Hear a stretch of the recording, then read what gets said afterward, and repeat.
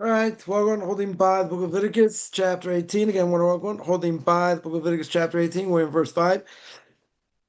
Again, we're welcome holding by the book of Leviticus chapter 18, verse 5. Torah says, Shmartem es chukosai es mishpatai asher yase oisam adam v'chai behem ani Hashem. So here, the Torah says, you shall keep my ordinances, i.e. things we don't understand, my judgments, mitzvahs we do understand, which if a man does them, he shall live in them, right? We spoke about kind of strange language there. What that means, you shall live in them, I am the eternal. So we're speaking, about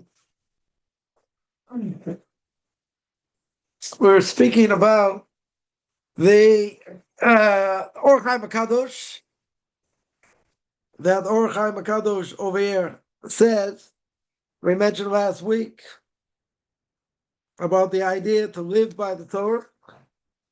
Certain things you have an obligation, we saw it, give up your life for, right? Anytime, any place, right? It's called mitzvah harego yavu. To die rather than transgress. So the mitzvah is you live by them, not to die by them. Most mitzvahs, if a Jew or non-Jew put a gun to your head and say transgress this or die, you don't have to die. Except for the big three. Right, the big three: Gilui Arai, Shvichus Damim, and Avodah Zarah. Right, Gilui Arai is meaning immorality, Shvichus Damim, murder, and Avodah Zarah, idolatry. So if Jew or non-Jew put a gun to your head and say, I want you to kill this person, I'm going to kill you, you're not allowed to. Right, you have to give up your life, right, so to speak. But if they would tell you, I want you to speak Lashon Hara, I'm going to kill you. Who says you have to give up your life for that? Or almost any other mitzvah. Right? So he's telling you the mitzvah of v'chai behem, to live by them, not to die by them. We spoke about that if you're forced to do things, you don't have to give up your life, except in the case of the big three. Right? Again, idolatry, immorality, and murder. So that we spoke quite a bit about last week. So Or Chaim HaKadosh goes further. And he brings another point, and he says, "Why is this? Why are these two verses, 4 and 5, split up into two verses? Similarly, they say similar things, right? The order is a little bit messed up, but seemingly it says the same thing, right? Even though this verse says, 'Live by them, I am God.' Then the last verse says, 'Go in their ways, I am God.' Okay, a little bit different language, but seemingly saying, the same thing, right? So what's the difference here, right? So comes on Or Chaim HaKadosh. Or Chaim HaKadosh says that these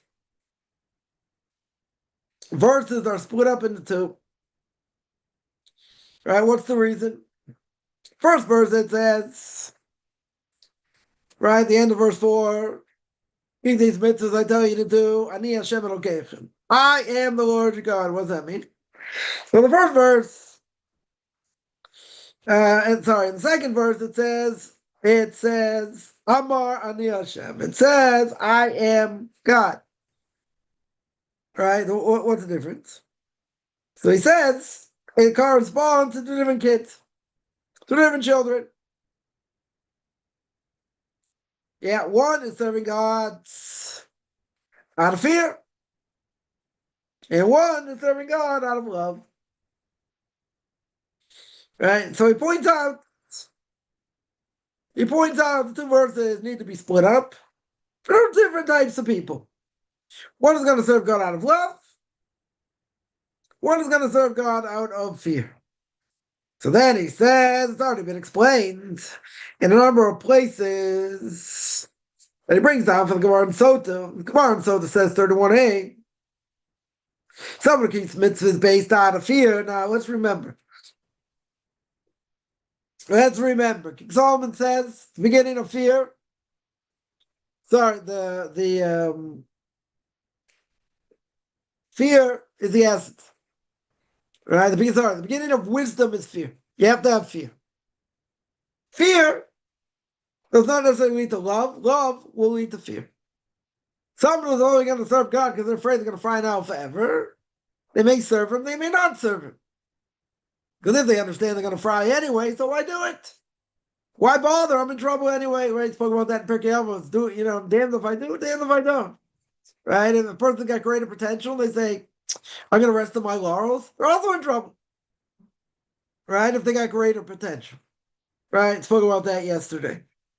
Or last night for me anyway. So the Gemara there says, one other point, love, as we said before, will lead to fear. Now, what's the root of the word love? Aleph, hey, base. Or hey, base. The word hab. What does hab mean? To give. Right? You want to love God, you got to give. Right? Not so easy sometimes because we get smacked upside the head. And life is hard. And life is challenging. Right? Okay, we got to persevere. Right? We certainly have to persevere with all of life's challenges. But if we understand all the goodness that God gives and that God does, especially if you look at the human body, if you look at nature, as Chosef almost says, then what are we complaining about? Because what do you mean? We have difficulty. We have hardship. We have hardship with health. We have hardship with livelihood. We have hardship with family. Maybe we have hardship with everything. Okay. Right? That we've spoken quite a bit about. Right? So it's hard to see. A person can say, very good. I can breathe okay. Okay. I can walk okay. I can see okay. Right? Maybe you feel it a little bit, you see a blind person. You see someone mentally challenged. But that doesn't happen sometimes. Why not? Because you're getting beaten down in life, right? As we always say. Nonetheless, what's the Gemara in Sota here say? The Gemara in Sota says, 31a, if a person does a mitzvah because he's afraid he's going to get punished, he still gets reward. He still gets rewards, right? For 1,000 generations. For 1,000 generations gets reward. Which on a small thing gets tremendous reward. But the Gemara says, if a person does a mitzvah, me'ava, because of love, he's doing it because he loves God, he's going to keep the mitzvahs. What's the reward he gets? He gets double. He gets double the reward. Because love of God, serving God because of love is greater. It's double. Right? At least double.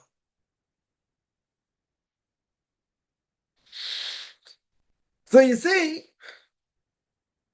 that love should come before fear. Right? In the one verse, you're going to have love first, then you're going to have fear.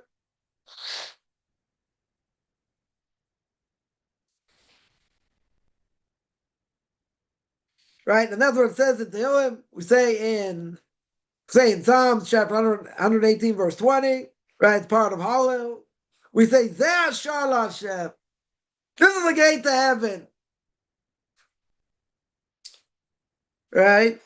This is the gate to heaven. Again, which corresponds to what fear? I'm the Lord your God. Very good. Yeah, what is it a hint to?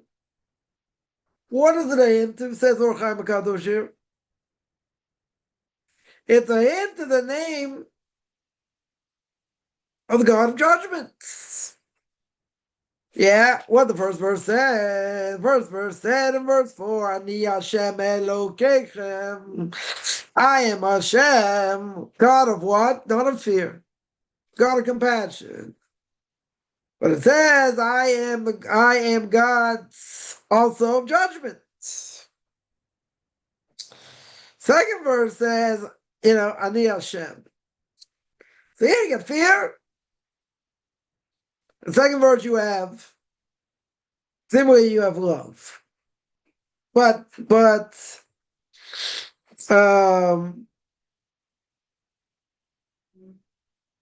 fear is going to come first.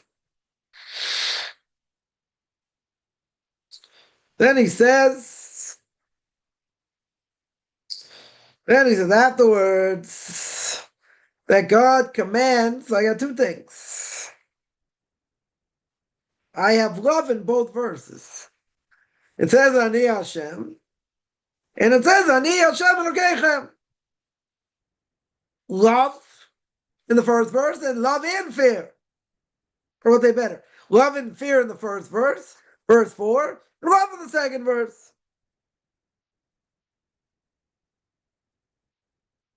What's that to teach you? When a person's guarding Torah mitzvahs, and he's doing it because he loves God, his desire is going to be that much greater to do it. Because he wants to please his Creator. He wants to do what's right. He wants to fight against his evil inclination. Very good. So that's much more precious. Yeah, it's much more precious over here. Right, not to mention the fact he's going to do it out of love. Right, he won't get punished. Yeah, if he does it out of fear. Okay, it's a lower level. It's a lower level. We've said before, there are two levels of fear. Lowest level is a person is going to keep Torah mitzvahs because they're afraid they're going to get punished. That's why they're keeping Torah mitzvahs. There's a higher level. What's the higher level? What's the higher level of fear? The higher level of fear is that a person's going to keep Torah mitzvahs. What's the reason? Because of the awesomeness of God, of what he does, how he runs the world. Right? It's a much higher level. Now, even at the lower level, even if, let's say, there are people out there at the lower level, which may be a lot of people, right? Because keep us in line, not to sin, because, right? Because at the end of the day, what happens? At the end of the day, a person is going to have something that may stop him from sinning. Right? Punishment. You don't want to get punished. Now, how enjoyable, let's just throw this out there, right? How enjoyable is it going to be to keep Torah mitzvahs based on the fact you don't want to fry an elephant? Doesn't seem, I wouldn't think it seems too much fun. Yeah, where's the enjoyment? Where's the singing and dancing a little bit? More of my Hasidic side here coming out. Where is it? It's lacking. Why is it lacking? Because you're feeling the pressure. You're feeling the pressure. If I don't get it right, or at least I'm not in the ballpark, I'm in trouble. And maybe I should hit a higher level when I'm, I should try and work hard. Okay, we all have that obligation. Very good. But what's the motivating factor? $1.5 million question. What's the motivating factor? The highest level we saw in Pirkei Avos is, I'm serving God not to get reward. We know we're going to get reward. But you're serving even if there's no reward. Right? As I mentioned before, someone once said, well, when I die, I'm going 6 feet under. I said, oh, for your sake, you're right, because if I'm right, you're in trouble. Yeah, so anyway, so speaking about, the next world, they want to know about life after death. Said, give me it over in a sound bite. So there, I'll send you a video. Here's a link. Right? You want to watch it? You watch it. You don't want to watch it? It's your choice. Well, the person says, I'm only going 6 feet under when I die. Okay. So they said, what happens if I'm right and you're wrong? What happens his whole life? You change your life. You worked hard, let's say. You kept all these laws that really make sense. Right? In many ways. And all these things that, quote unquote, they'll say, doesn't really matter. And you get nothing. And when you die, you die. Right? You probably get eaten up and all that. You'll die, and there's nothing. What would happen? So first of all, I don't think that's the case. But even if it would be, even if there would be no reward whatsoever, God forbid, even if there would be no rewards, is it worth it to live the lifestyle or not? Now, this person would say no, right? Because they don't understand what it means. And they have a 25 IQ when it comes to Torah. Okay. But even if it weren't true,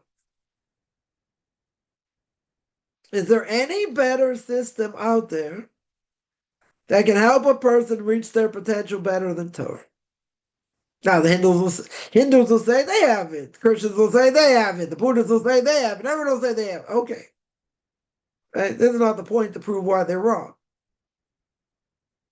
But like I said, there's no better way. And we're speaking about Judaism. So, the person's Jewish, so we're not going to go. We're not going to go to speak about anything else. So in general, is there a better way morally to live your life?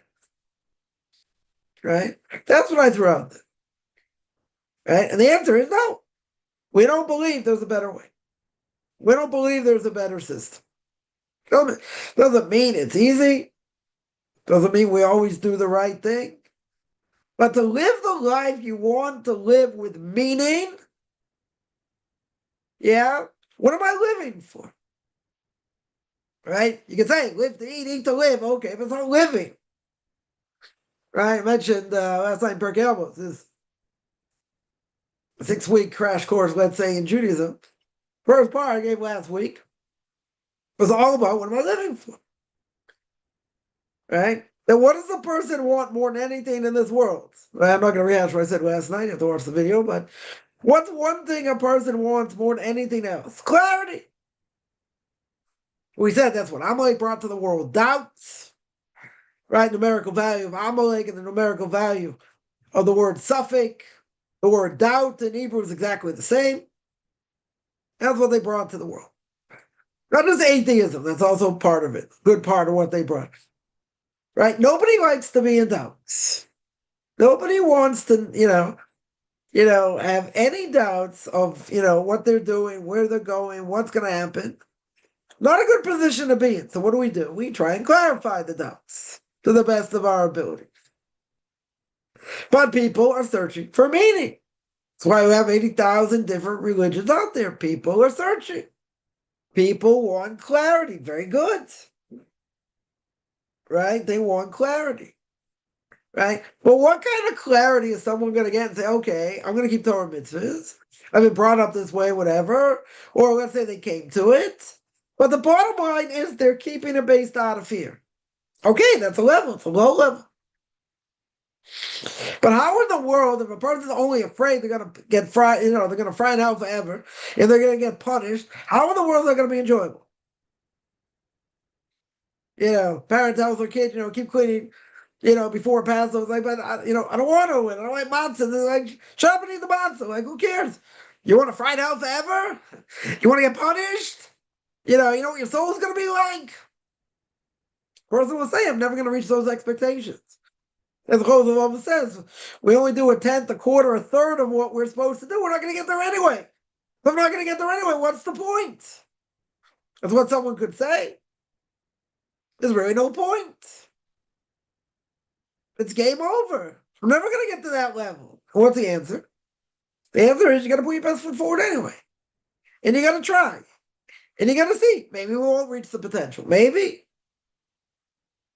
Right? But people give up before they start. Because they know it's a rough process. As Rav Yisrael Salanter said, founder of the Muslim movement, to change one character trait is very hard. One character trait is very hard. So what do? You give up, you throw in the towel, right? But this is not going to go over very well. Because people will say, who cares? I'm in trouble anyway. Or someone once told me, you'll have a bigger portion of the world to come to me than me. I said, okay, did you ever read Tractate Sanhedrin on that topic? Because at the beginning of every chapter of Pirkei Avos, of Ethics of Our Fathers, it says every Jew has a portion of the world to come. Very good. So you have a bigger portion. What does the Gemara say? The Gemara goes on to mention different people and groups of people that lost their portion in the world to come. Lost their portion. Doesn't mean they'll have a tiny portion. It means they get nothing. It means it's over. Once they die, they die. That's it. Whatever reward they were supposed to get, they get in this world. That's it. It's game over. So it's not a question, right? It's not a question, oh, you'll have a bigger portion because you do more and whatever, and I barely do anything. But I'm also going to have a portion. Really? You know, you spit in God's face on a daily basis, right? Many things. Because you don't keep Shabbos. You know, you don't keep kashrus. You don't do this. You don't do that. I go through a whole laundry list of things that you don't do. Oh, maybe some things you do. Okay. Granted. Not because they do nothing. You know, okay. But a portion of the world to come means you're basking in God's glory, whatever that means. Yeah, the Gemara of Torah says, and 2b, 3a, right? Over there it says that in order to get a portion of the world to come, you have to prepare. If you don't prepare Erev Shabbos, the Gemara says, you don't eat on Shabbos. Shabbos is a reference to the next world. We can make it a reference to this world. If I don't prepare on Shabbos, what am I getting on Shabbos? Cold food. I won't eat anything hot. Okay, but you won't eat anything. Yeah, but it means in the next world. So if you don't prepare, how is it possible you get there? It's not a guarantee. Just because it says every Jew has a portion of the world to come, what about Jews intermarried? We'll throw all those intermarried Jews under the bus. Yeah. What about all those Jews that are intermarried?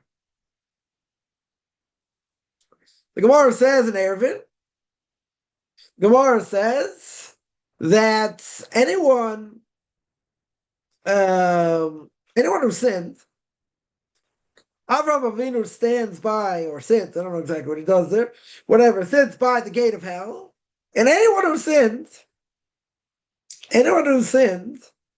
he takes them out and makes sure they don't get in. Now, getting in is going to fix up their soul. Yeah. So he doesn't let them fall in. He has compassion for everybody.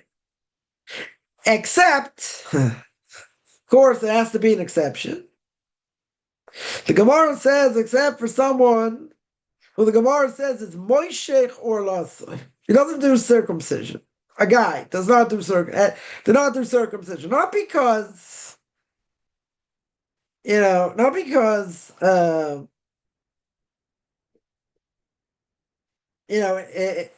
didn't it happen? He didn't want it. Parents didn't want to give him circumcision, so he never did it. Want to stick out, be like an non-Jew? Okay. So the Gemara says that for such a sin, Avraham Avinu is going to let you fall in the pit. That's a huge sin. Doesn't say because they desecrated Shabbos. Doesn't say because they were immoral. Even for those things, there could be a way out of getting spiritually fixed up. Could be.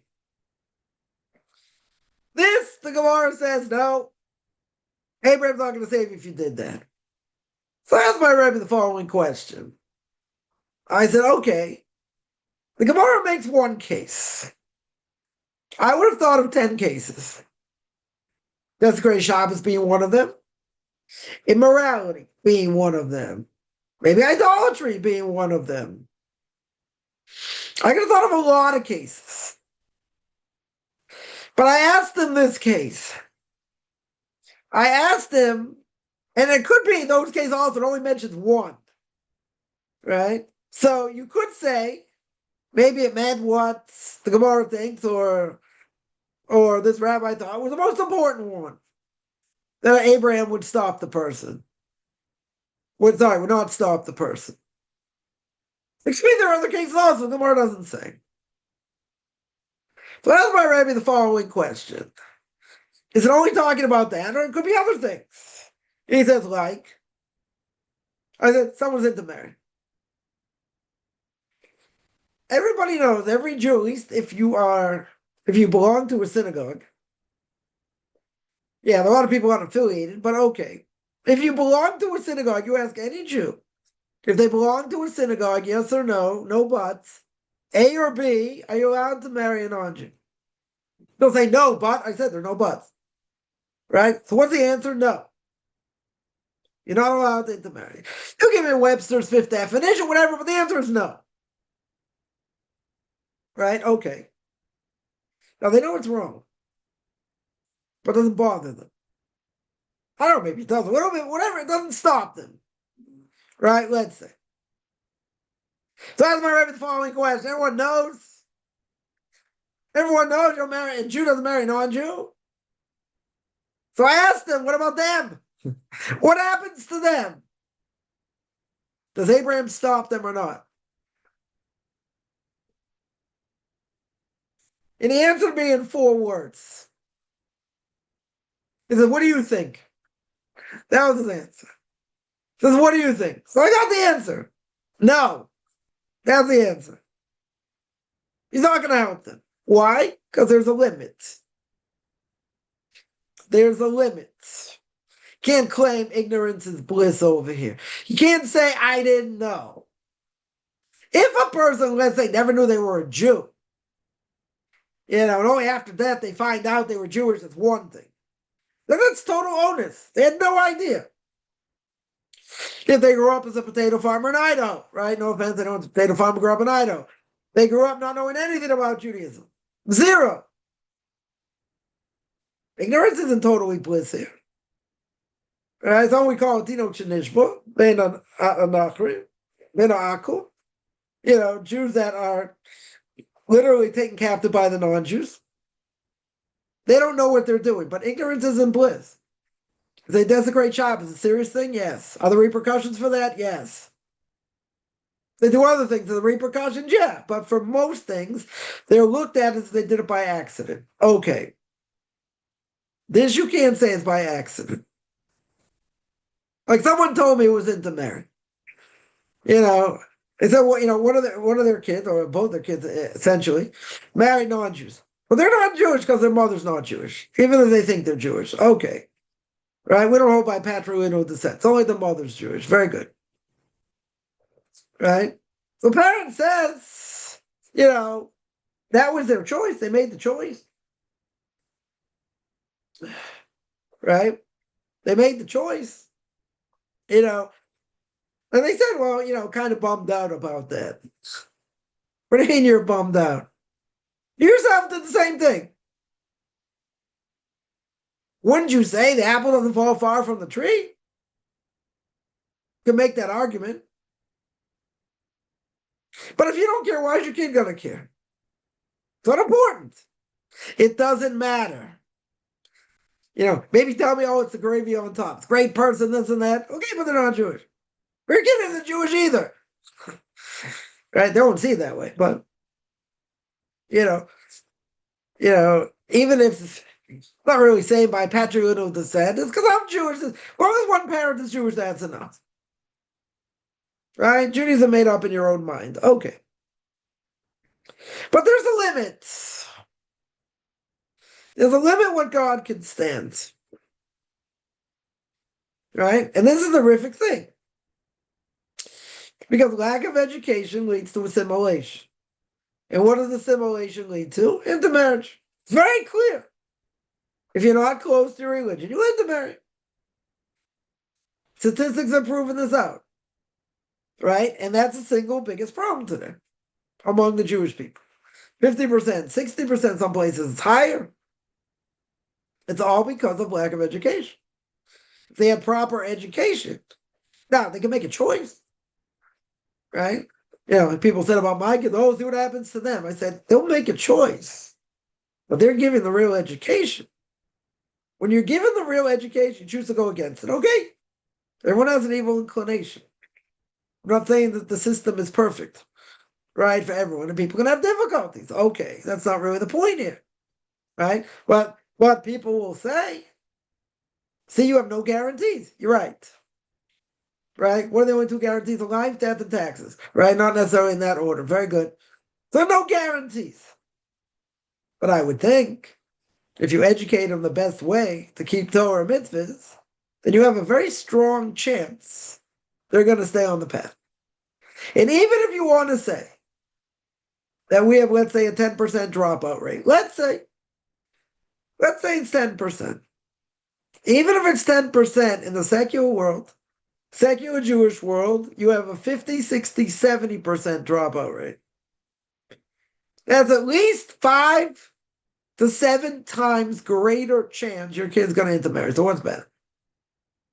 What works? Oh, it's a cult and no one ever gets divorced. Not true. Right? The book of Deuteronomy, what does it say? You get divorced. There are reasons to get divorced. Even if you met the right person, you could get divorced. Yeah. The Gemara says God sheds tears on the altar when someone gets divorced. Okay. But, a person in a bad marriage, you get out. Not going to be easy, but that's what happens. It can happen. Even in the best of circumstances. Yeah, but it's a mitzvah to get divorced if that's the case. It can't be fixed. So they brought in, they brought in therapists and people to help and whatever, and they say there's no chance. This is never going to work. They're they're too far gone in different ways. It can't be fixed. So what do you do if it can't be fixed? You have to get divorced. Right? You have to get divorced. Now, so people make the mistake and they'll say, oh, see, in your community, no one gets divorced. Not true. Totally not true. You're saying there's pressure, there's this. Yeah, we want to save a marriage if possible. It's not like a 5-year option to renew. It's a real thing. Right? You want to keep the family together as much as possible. If you can't, okay. But you have to work at it. And what if one side doesn't want to work? I'm not saying it's all their fault, but what if they don't want to work at it? Right? So the other side has to make a decision. Are they going to stay with this or not? And if it's bad, they'll leave. Right? They're not going to stay in a bad relationship. And some people try and offset certain things. Some things you can't. Some things you can't live with. Okay. But in that case scenario, even though the numbers are rising, let's say again, there's about a 10% divorce rate. Right? I don't think it's that high, but let's say. That means there's a 90% success rate. That's pretty good. Right? I told this to someone once, and they're like, yeah, but it's rising. The divorce rate is rising. I said, let's say it's 10%. Let's say. In the secular world, the system of marriage is in decline. Right? You have much better chance of not getting married. Of living together than getting married. Why? Because you get married, good chance that you get divorced. There's a very good chance. And there's a lot of reasons why. But that's not even the point. People see what they want to see. They see what they want to see. That's beyond pathetic. I understand why. But someone just gave you information and told you there's a 90% success rate. Even if it's on the rise, it's not even close to the secular world. Not even close. Even if you tell me it's 15% or 20%, God forbids. That means you still have an 80% success rate. Yeah. On the other side, you have a much greater chance. You have, 50, 60, 70% chance you'll get divorced.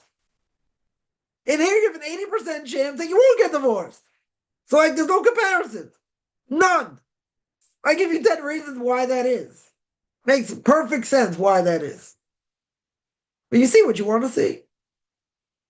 You hear what you want to hear. Again, I understand why, because they don't want to hit the truth. They don't want to say you're right. Then that means maybe I have to change. Maybe I have to think about what I do. People don't want to do that. People are happy with fantasy. Right? Someone once told me, Even if you can prove it to me, I'm not going to change. Okay, so what's the point? Right? It's a silly argument. Silly argument. Well, you can prove it to me. Yeah, I could. So, I don't think it's that hard to prove. Yeah, A, that there's a God in the world. And B, why the Torah is true. And the other religions are false. That's a different argument. Right? Could be proven. Right? Easily could be proven. If you want to see it.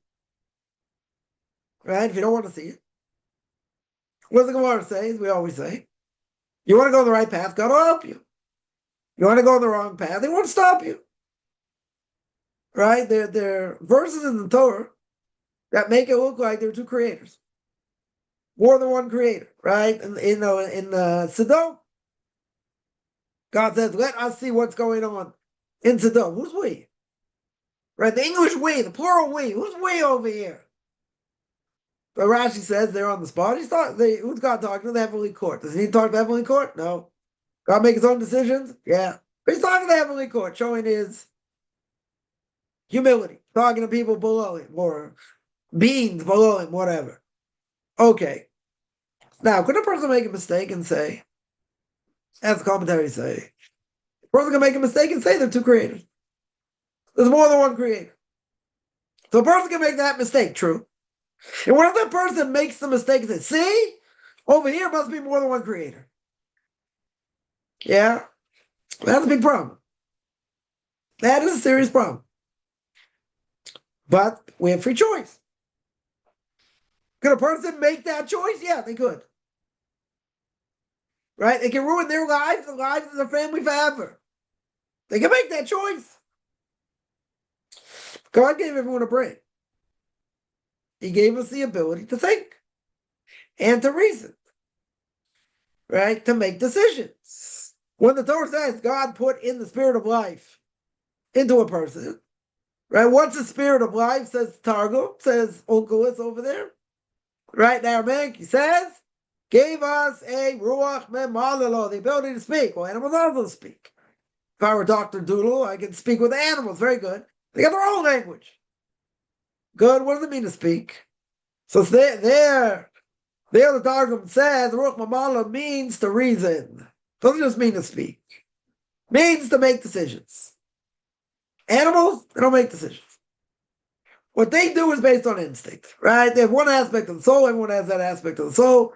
Jew or non-Jew, male or female, doesn't matter. We have what we call the nefesh behemoth, right? There are different aspects of the soul. That's one of them, right? It's the animalistic side. Everybody has that. But the animalistic side of an animal only tells them what to do, in certain situations. They go by instinct. Good. Someone can say they can eat, they can choose not to eat, whatever, but that's not free choice. That's not real free choice. Yeah, in either case, we're the only ones that can make choices. We can make good choices. We can make bad choices. Person can get sucked in by society. People can get, in the wrong crowd. All kinds of things can happen. Right? I read a story recently. Someone who made a lot of money. A lot of money when they're very young. And what they do, they whatever, got involved with some people, let's say, I wouldn't say shady people, but people who are into drugs, let's say. And they come on, just try, there's a lot of peer pressure. So they're like, what could it hurt? So when he tried it, what happened? He enjoyed it. Made him feel good. Gave him a high. Yeah. So what happens? Continued. Did it again. Did it again. But what was the mistake? What was it? He had plenty of money. He's still working and sell his business yet, but he had plenty of money. And then it started interfering with work. Well, what was the mistake? What was the major mistake? The major mistake was he thought he could control it. That was a mistake. It's like any addiction. I'm in charge. I can control it. Well, guess what? Eventually, it totally controlled him. Totally ruined his life. Lost spouse, lost kids, was in contact with kids for many years. Cost him his health. Also, I don't know. He had a bunch of heart attacks, and stroke, and I mean, he's only 50 years old, give or take. He's a little bit older now, right? He's got precarious health issues. And what happened? He did to himself because he thought he was in control. Not that he didn't know what the damage was being done. He understood. He understood, but it's sometimes people think they have a mechanism in their brain. I can turn this on and off whenever I want. I can turn off feeling whenever I want. Right? I can feel good one day, feel bad, whatever. Even if I'm feeling bad, I can turn that off. Blast some music, whatever. That piece of chocolate, and you're ready to go. It doesn't always work that way. Maybe sometimes. A person can psych themselves out, get them, out of their fun, but it's not true. Right? They get stuck sometimes, probably many times. Well, that's the thing. Something like this, I can control it. I can stop it whenever I want.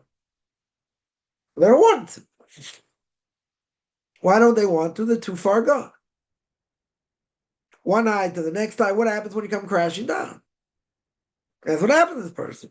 He didn't like the feeling, so he always wanted to be up. So then, during the week, he never did it. It was only during the weekend. Then it started being during the weekend, started being a problem. Started being a problem for work. But he still had plenty of money. Right? But it was still a problem. And it just overcame it, totally. Right? So these type of things, sometimes, I'm not saying always. I quote Avram Torsky of Western Memory, who was a big expert, not only in Torah, but in addiction. And he dealt with addiction. And one of the things he said is that in order for an addict to stop, sometimes, he didn't say always, sometimes the only way they're going to stop is if they hit rock bottom. Right? That's what's going to happen. They are never going to stop in any way, shape, or form, right? Until it's too late. Sometimes, you have to lose everything in order to know where you need to be, in order to know where you need to go. Right? There was a thing years ago. It's still a thing today. I remember that, there are people that do certain things in order that they want to feel like what it's like to be alive. So what do? They do extreme things. Jumping out of an airplane. Now people would say, "Oh, come on, that's not so extreme." Maybe climbing down a huge mountain. Maybe that's more extreme. I don't know. Whatever the extreme thing is. But many people said the same thing. They said it's such an exhilaration because it puts them in the elements, and I'm not saying they think they're going to die, right? Certainly, they're under great protection and nothing should happen, but they feel the exhilaration, right? Why do they feel almost like saying, in order to live, a person has to feel like they're dead. In other words, they have to feel death in a certain way in order to feel alive. Now, we mentioned many times, it's forbidden in general to put your life in danger. If it's something where there's a doubt whether there's a danger, okay, that's one thing. If it's a clear-cut danger, then in general, a person's not allowed to do it. And what's the reason? Who says you're allowed to put your life in danger? A person can say, I drive a car that's putting my life in danger every day. Not necessarily. Right? Maybe here in Israel that's the case, because of the way people drive. Right? And, one of the few countries to tell you at the end of the week how many people were hurt or killed in car crashes. More people died in car crash more than any other war combined. I mean, it's like beyond pathetic. But, that's That's not putting your life in danger. You do everything you can to be safe, right? As I mentioned before, I was learning how to drive. Someone told me, he says, not the way you drive. Doesn't matter how you drive. You're going to be a defensive driver. Good. You got to watch out for the other guy. That's what you have to do. Right? Sometimes you're not in control how someone else drives. You're not in control. You have to control what you do to the best of your ability. But putting your life in danger, we're not allowed to. People have great intentions. Not that they want to be the hero and whatever. They want to save someone. Someone's in danger. They may be surprised. They get upstairs, and let's say they end up dying. They're going to be a hero or not. God could easily say, I didn't tell you to do it. I understood why you did it. Well, let's look behind the scenes. The evil inclination was giving you all this adrenaline or whatever, and, it was your time to die anyway, so this is what happened. All right, maybe you would have been saved, maybe you wouldn't have been saved, I don't know. Right? But, in the bigger scheme of things, you never would have done it. Now, there are people who take risk all the time. Right? The question how they're allowed to do that. Right? Firefighter, policeman, someone in the army. Yeah, Navy, whatever. They're risking their lives. They're risking their lives. How is that permissible? So, you need people, to keep law and order. Right? You need people to be able to fight fires. Shouldn't have people to fight fires. What would happen every time there's a fire? Burn the house down. Yeah? Or complexes or who knows what. And everyone's just going to sit there and watch it because no one can do anything. So you need people to protect. Right? So protections are forbidden. You're putting your life on the line. Okay. Right? But that's going to be okay because you need people for that. You need an army. You need a police force. If you didn't have either, it'd be chaos. It'd be worse than it is today. Much worse. So you need people. Right? So again, someone could ask, why is it permissible for them? Well, it's very simple. You need law and order. If you didn't have law and order, then the whole place goes to pot. Right? You certainly need that. But with that being said, if it's a situation where, that's not the case, and a person puts themselves out there, it's a good question.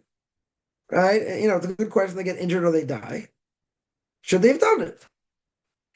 Right? It's a good question. God will judge that. If it's in the line of duty, whatever, that's a different issue. Right? It's a very different issue. And they should all, all these soldiers, policemen, they should all be protected. God should protect them. No question. Doing unbelievable work. They should get paid like they're doing unbelievable work, even though they don't. It's unbelievable self-sacrifice. Tremendous self-sacrifice. So what does the Or Chaim here say? The Or Chaim Akadosh here is telling you there are two things.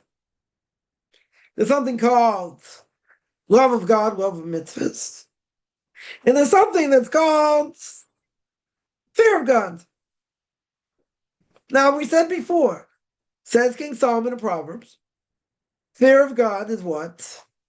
Fear of God is the beginning of wisdom. It's absolutely the beginning of wisdom. Yeah, that there's no question. Fear of God will not lead someone to be righteous, necessarily. Why? Because you need the love. You need to sing and dance a little bit more. You need to enjoy. You need to see how God runs the world and what the goodness that we have in it. If a person sees the goodness in general, without the fact they're getting beaten down in life, doesn't matter. I mean, I shouldn't say it doesn't matter, but the fact that they see the goodness, they're going to want to be on their best behavior. They're going to learn, they're going to want to try and learn as much as they can. They want to try and be the best they can be. Yeah, why? Out of sheer desire, warmth, love to please their Creator. For every last thing he does, right? As Joseph almost says, we can't even come close to thanking him for everything he does. We don't even come close. Okay, it doesn't mean to give up, but you have to acknowledge. You have to acknowledge where it comes from. Victor Miller, bless him, I was reading a story recently because it's a 25th anniversary of his passing. He sits there for like, a bunch of minutes looking at an orange, looking at an apple, seeing the greatness of creation in an apple, in an orange. And what did he bring to the world? You have to appreciate. This apple, came from a seed. This seed is planted in the ground. This seed, what does it do? It makes a tree. And on this tree has all kinds of apples. That's unbelievable. Because think about it, it's a seed. Now, the seeds you could eat, those seeds you could eat. People may say it's unhealthy, whatever, but you can eat them. Other seeds you can't eat. Other seeds, are extremely hard, bitter. Can't do anything. Even an animal would eat them. Well, what's the miracle that happens? And person can argue, oh, it's how nature. That's how nature works. Okay, but think about it. Take a seed. Take a peach pit. Yeah, peach pit. Ain't no one gonna eat it. A human's not gonna eat it. Break out every tooth you have. Animal ain't gonna touch it either. But you put it in the ground, and whatever the ground, the nutrients do, picks apart the thing, right? Take the seed and makes it into a peach tree. Someone will say, come on, that's nature. That's the way nature works. Okay. So if you tell me, pear seeds, apple seeds, this and that, okay, they are bitter. Probably most people aren't going to eat them. Not very tasty, right? You plant them in the ground, okay. Other things, you can't do anything with them. Barely take a nutcracker, be able to break them open. There's no point. Don't do anything. Except when you put it in the ground. And then when you put it in the ground, the nutrients of the ground take care of it.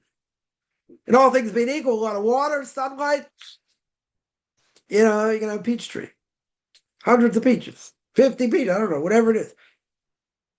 Forget it. Person's like, well, that's nature. Well, if you see how it works, why is it, there's nothing you can do and how it's protected and all that. And no one's going to touch it or eat it. That's for sure. It's got no purpose. The thing is hard as a rock. Right? You say, okay, it's made that way. Very good. But how is that random? How in the world is that random? You can't do anything with it in the physical world right now. By holding it, whatever. You can't do anything with it. Then all of a sudden you put it in the ground. And guess what? The hard layer disintegrates over time. Right? You're left with the seed itself, and that's what happens. Right? But, so you say, okay, that's nature. Very good. You don't think that's a genius? And how that works? So Victor Miller he said this all the time. You go to nature, you see these things. You see bees. Nobody likes bees. They like swamp bees. Yeah, no one wants to get stung. Well, what bees do in the world? They nectar and all that. With different things. Everything has a purpose. Right? To say there's no order in the world. Right? There's absolutely no order in the world. It's all chaos. It's all random. Very hard to say that, when you see nature. But Victor Miller, again, would look at this and say, what a creation. What an absolutely unbelievable creation. Gave a different way to look at the world. Right? One of the things, one of his main things, that he taught is being able to see what's in the world. But to be able to see that it's godly. That it's not, it's not random, so to speak. There's order, right? There's tremendous order. in everything. Recently, in the last, I don't know, 10 to 15 years, maybe a little bit more, doctors finally figured out what you have what do you call it? Appendix. Everyone knows if the appendix bursts, well, guess what? You have to take it out. Well, they weren't sure what the appendix was doing there. They recently found out, what the purpose is. But it's there for a reason. There's only one part of the body. Everyone agrees. Really, it's the superfluous. Right? And that by a male, is the foreskin. Right? So according to the Torah, it's the only thing that the mitzvah itself is taken off. Now, there has been a discrepancy over the years. Probably every, 2, 3 years or whatever, this discrepancy comes back. Is it a good thing? Take it off or not? It's good against cancer. It's not good against cancer. So you have differences of opinion. Right, among doctors. But the Torah says very clear. The purpose of it is to take it off. That's the purpose. That's what you're supposed to do. You take it off. Now, science or zoology or whatever, they haven't figured out the purpose, doesn't mean there's not a purpose. It just means God hasn't enlightened anyone's eyes in order to figure out what the purpose is. And if they find the purpose, who says it's the purpose? Right, like my Rebbe would say, when it comes to reasons the rabbis gave for certain mitzvahs, doesn't mean it's the reason. They gave one reason. Maybe they gave more than one reason. But who's to say it's the reason? That's why, if let's say the reason for the mitzvah the rabbis gave doesn't exist today, there are difference of opinion whether you have to keep that thing or not. Meaning, if it doesn't apply today, we don't do it. Or maybe we still do it, even if the reason doesn't apply because of this principle. And the principle will be, who says the reason that they gave is the reason? It's a reason. True. Right? It is a reason, but there could be 100 other reasons why. And the fact that there are 100 other reasons, potentially, then this thing should be kept. Again, different opinion how you look at it. Right? But at the end of the day, there's so many things that science has not uncovered. That science doesn't know. Okay. I mean, you're talking about, an endless universe. There's a lot of things God's allowed to be uncovered and to be understood. And there are a lot of things we don't have answers for. We don't know why. But that doesn't mean it's superfluous. Right? And that doesn't mean it has no purpose. Just because, there are plenty of people out there brainwashed, but there are plenty of people out there that, their religion is what? Their religion is science. So what do you do if science hasn't figured something out? And they don't know. Like, what do you do? Science hasn't figured out everything. There's a lot we do know. Okay.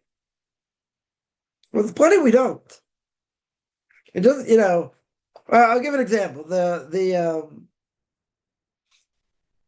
idea of keeping kosher, eating kosher meat, that's ritually slaughtered. Right? Now, one potential reason we eat these animals, and the animals are, they eat vegetables, the animals that are permissible. Right? These animals are not hunters. Any animal that hunts, we don't eat. Now, what's the reason? Because if you eat the animal, it has effect on the soul. As if you're eating the soul of the animal. Now, does that mean a person ate something non-kosher, I don't know, whatever the meat was, you're going to start taking on those characteristics. You're going to have their anger and their strength and we don't know how this works. Right? But there's a reason brought down, I guess not the reason, I don't know the only reason. But the reason is, this reason is you are what you eat. And what you eat affects you. Now, it affects the Jew, not a non-Jew.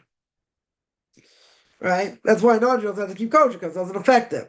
And as the Kuyakar says over there in the book of Leviticus, speaks about kosher animals, he says, why would a non-Jew do it if it doesn't affect them? It's like having a placebo. It doesn't affect them the way it does the Jew. But what's the $2 million question? Because I just upped the ante. What's the $2 million question? Science hasn't proven it. That's what everybody will say. Do you have scientific proof for that? No. We do not have scientific proof that that is true. Now, does that mean it's not true? Depends how much you hold to science. If you think science is the end-all thing, science hasn't proven it, then you're wrong. Then you're out to lunch. Then it's superstition for eating these things. Or, you're not allowed to eat pig because of trichinosis. Back then they cook things so well, people get tapeworm or whatever, but it has nothing to do with kashrus. But because science hasn't proven it, does that mean it's not true? Doesn't mean that. There are plenty of things science hasn't proven. Right? Again, I'm not saying it's the only reason over here. But that could be a major reason.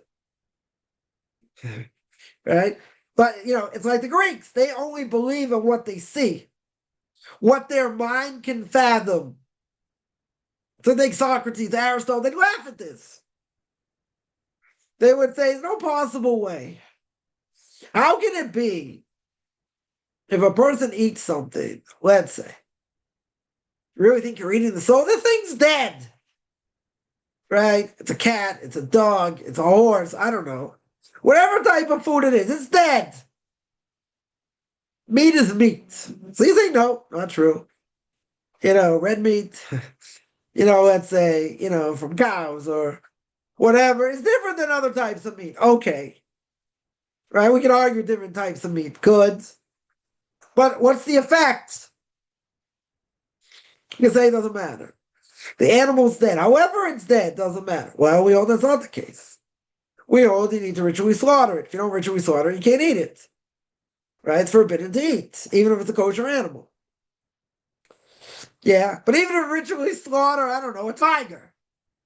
Someone ate a tiger, let's say. A little more exotic animal, I don't know. No idea how it would taste. Well, let's say you took the tiger, you held it down, you ritually slaughtered. It's totally kosher. Right? You ritually slaughtered it properly. Can you eat it? No. Right? It's not a kosher animal. Right? So if a Jew eats it, it has a negative effect. Because the Gemara says, plays on the word of tameh, which means impure. Plays on the word nitamtem. They say, if you eat this non-kosher food, it makes you impure. No. The Gemara says, it doesn't say nitamtem, i.e. to make you impure. If you eat a non-kosher animal, it says nitamtem. Right? What does nitamtem mean? It dulls the soul. It dulls the heart. The heart, as we always say. What does it mean it dulls the heart? It makes the person apathetic. Why are there so many Jews out there today, secular Jews, that have no interest learning about Judaism whatsoever? I can give a lot of reasons, a lot of potential reasons. What's the main reason? The main reason is because of all the garbage, of all the shellfish and other things that they eat that contaminate the soul.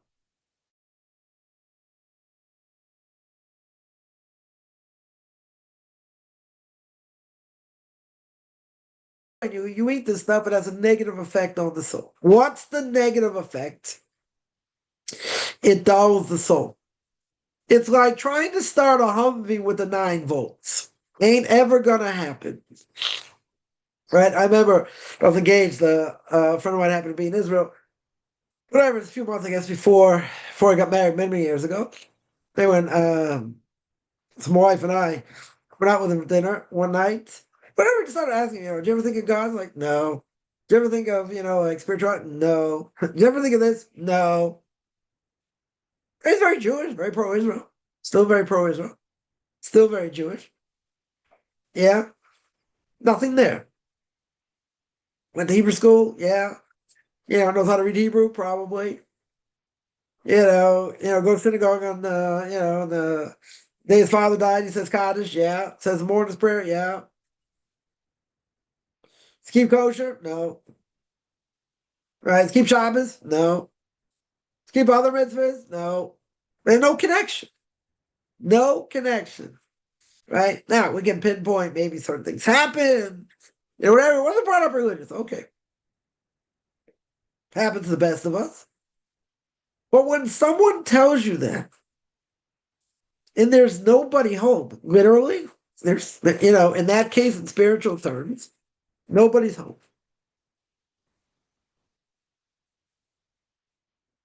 It's very hard to get someone interested in hearing about Torah or mitzvahs or anything, and they don't care. It just doesn't interest them. So why doesn't it interest them? Wasn't, a spark of their soul on Mount Sinai? Yes, it was. Right? So every Jew has that spark, very good, and every non-Jew wants to convert probably has that spark also. And their soul was probably Jewish, just got messed up through intermarriage and assimilation. Okay. But what happened over here? What happened? So the Gemara says that the soul, not just the soul became impure, right? Because you contaminated it. It did something else. It had an effect, right? It had an effect. What was the effect? What was the effect? It made a person apathetic, right? That's the effect, right? That is the effect. It tells the person, I don't need to do this. This isn't material. It doesn't speak to me. Whatever. There's some people it doesn't make any difference. No difference. But you have to ask the question. You can say, well, why? Why has no one ever thought about this and thought about deeper meaning in life and this and that? Why have they, what Jews I'm talking about? Why have most Jews never thought about it? You say, man, well, maybe negative effect from parents, from learning, from other Jews. I don't know. It could be a number of reasons. Could be a number of reasons. The number one reason over here is going to be this reason. And anyone coming back to Judaism, the first thing you tell them is start keeping kosher and to start keeping Shabbos. Why keeping Shabbos? Because you want to, it has to be ingrained in God runs the world, right? So therefore you're not allowed to create, destroy, whatever on Shabbos. You're making, when you make Kiddush Friday night, you're saying God is the one in charge, right? We read from Genesis Chapter 2, right? God stopped creating, etc. Very good. Yeah, and you tell them to start keeping kosher. Why keeping kosher? Because they have to get other things in their system that's going to get this garbage out. Once they start keeping kosher, then they can start hearing what Torah is about. If they haven't started keeping kosher yet, it's going to be very, very hard for them to hear anything. And this is exactly what the Gemara means. The Gemara means their soul has been tainted. That's what it means. Their soul 100% is tainted. Now, it doesn't mean they can't come back. Doesn't mean they can't repent. But all the garbage they stuck in their body has an effect. This is what it does. It makes them apathetic. Now, Torah can wipe that out. Torah can make a person pure, right? In many ways. The way we act, the way we think, working on character traits, so many things Torah can help us with. Yeah, but it gets offset by this negativity. And once you have enough negativity in the system, so to speak, it doesn't matter.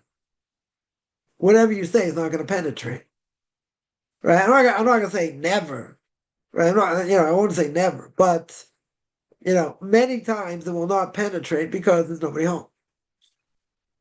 And the reason nobody is home is because the effect of what they've been eating has had on them, and a tremendously negative effect. So for that, they have to cleanse the body on the inside.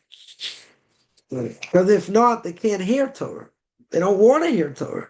They don't want to, they don't want to be inconvenienced. That's why a lot of these people are totally apathetic. Not that they think they know. See, if someone grew up with it, maybe they taught maybe a skewed version of what Torah is,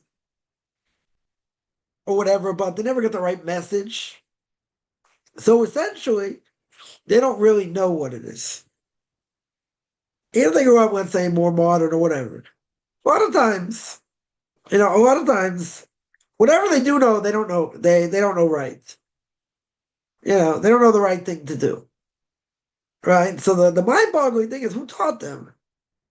Even if they're being taught by Orthodox rabbis, how can that be? As someone that grew up, let's say, let's say more modern. And he said, you had good, you had good rabbis there. You had good people teaching there. So I said, what happened? I said, how come the message comes out so bad? Or somewhat skewed? He says, that's not part of the teaching, it's part of how they, live in society. The values that they get from the parents and and other things. Right? But it's a mind-boggling thing because that's the power. That's the power of temptation, that's the power of environment, and all that. Right? But here you're at a double disadvantage. Tremendous disadvantage. Right? And that is it can be so watered down to the extent where you can have people, God forbid, so far gone. Like it just I'll give an example. I mentioned this story before. Someone, Jewish person, much older, once asked the question. Said, you deal with these non-Jews who want to convert, and they asked me like, why? Why are they interested in converting? I said, okay, what do you do when you get a good question? He has another question.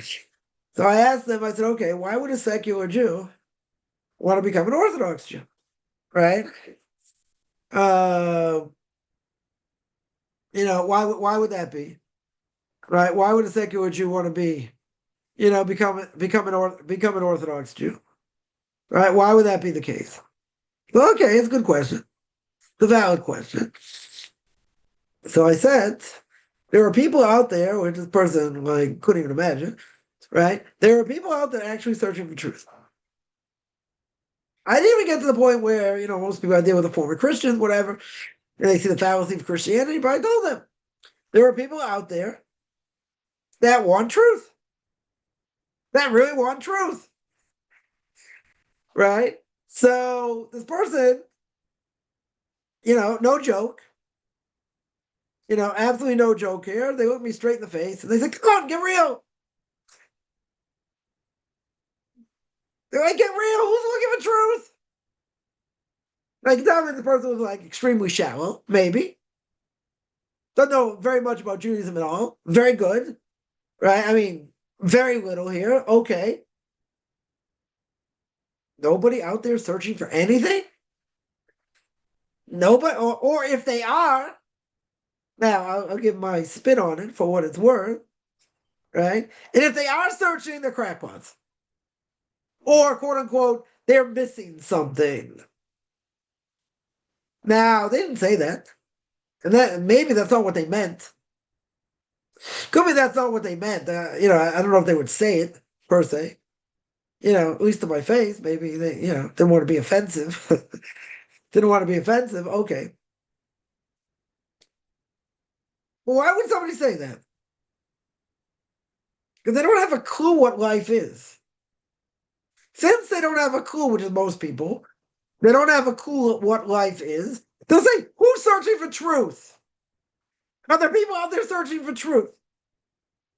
I mean, stuck your head in the ground like an ostrich? What do you mean? There are people who are searching for truth. What values do you want to give to your kids? No values? Just let them grow up however they're going to grow up? Same person once said, there's no right and wrong. I don't know. Torah makes very clear it's right and wrong. But I use an extreme example. I said, okay, if I take a shotgun and blow someone's head off, is that right or wrong? That's an extreme position. That wasn't my question. You said there's no right and wrong. Right? Or if Noah's going to find a great line from Noah Weinberg, of blessed memory, founded a lot of yeshivas, especially Aish Torah. That's the one that really, went well for him. And someone says there's no absolutes. There's no such thing as an absolute. He goes, are you sure? He goes, yeah. He goes, you really sure? He goes, yeah. He goes, you really, really sure? He goes, yeah. He goes, you absolutely sure? And he goes, yeah. Gotcha. You just said there are no absolutes. People don't think. They don't want to think. Thinking is too hard. Thinking is painful. A lot of painful situations out there. True. You watch the news, it's all negative. 99% is negative. Once in a while, you get a good, feel-good story. Okay. It's all negative. People want to feel good. It's hard to feel good. Like someone said, something went on or whatever. They said, well, you can have aggravation. There's nothing you can do without aggravation. Well, it's true to a point. Yeah, it's very true. There are things that come with aggravation. Okay. Not everything. Sometimes you do things, there's no aggravation. Okay. Some things there's more aggravation. Good. But how far does someone have to fall? Not only say there's no right and wrong, which is insane, right? But to actually say there's nothing out there. There's no meaning. There's nobody searching for meaning. I don't know. Then what's his face? Was that Victor Franco? Didn't he write a book about that? Yeah. What do you mean nobody's searching for meaning? Nobody? You took a survey, maybe people in your own, in your own groups or whatever. Maybe no one was searching for meaning. Nobody's searching for meaning? They couldn't imagine. Thought I'd fallen off some planet somewhere or dropped on my head as a kid, maybe. But really? Nobody's searching? Nobody cares about anything? There are no values in the world. I mean, let's break it down. We get very depressing here. There's nothing valuable in the world. That's what you're telling me? Except size of your bank account, that's valuable. Good deeds are valuable. What I think, what I do doesn't matter. It's a bunch of make-believe.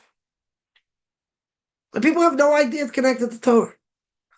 They don't have any idea. Because, you got lucky. Your kids really understand what it means, to honor parents and grandparents. Well, why do you think that is? It had nothing to do with me. I try not to, hurt the situation. Right? It had nothing to do with me. They're taught that from a young age. A very young age. To honor parents, grandparents. In many different ways spoken about. I said, where do you think they get it from? Happened by accident? How many kids have proper respect for their parents today? Unless they're taught it. Should be one of the no-hide laws somewhere. Respect for your elders. But if you've never been taught it, how would somebody know? Remember, no-hide laws are things that are obvious, according to Torah. Obvious. Now you tell me, okay, elderly person walks in the room and stand up. You say, that's not obvious. So good, they wouldn't be obligated to stand up for someone. But the Gemara says even a non-Jew. Non-Jew walks in the room, is over 70. Not even 70, doesn't matter. Give me a number, it's going to know nothing from nothing. It's an obligation to stand up for them because they've gone through a hardship of life. He might be a non-Jew. Everyone's going through hardship. Yeah, but that's respect. They say, oh, what if they're evil? What if they're, oh, they're okay, different issues. But in general, you don't have to respect you a person. They don't have a clue. Do not have a clue. Famous story with Rav Yaakov Kamenetsky, bless him memory, Torah giant for the last generation. According to everybody, nothing to talk about. He's on a plane going somewhere, and a bunch of grandkids were with him, and they're like, Zadie, Grandpa, can I get you this? Can I get you that? Can I help you with this? Can I help you with that? Right? And it's like you Jew sitting next to him. And he's like, how'd you do that? Like, I never hear from my grandkids except like, birthdays or they want money or something. Like, never hear from my grandkids. So what did Yaakov tell him? Yaakov said, see, we go back, we're linking a chain. Goes back thousands of years. So the closer you go back to, to the giving of the Torah, Mount Sinai, right, the more respect people have, right? Meaning the older generation will have more respect for it because they, they know more, they, whatever, right? They, you have respect for them. You help them, this, that, whatever. He said, they look at you like a monkey.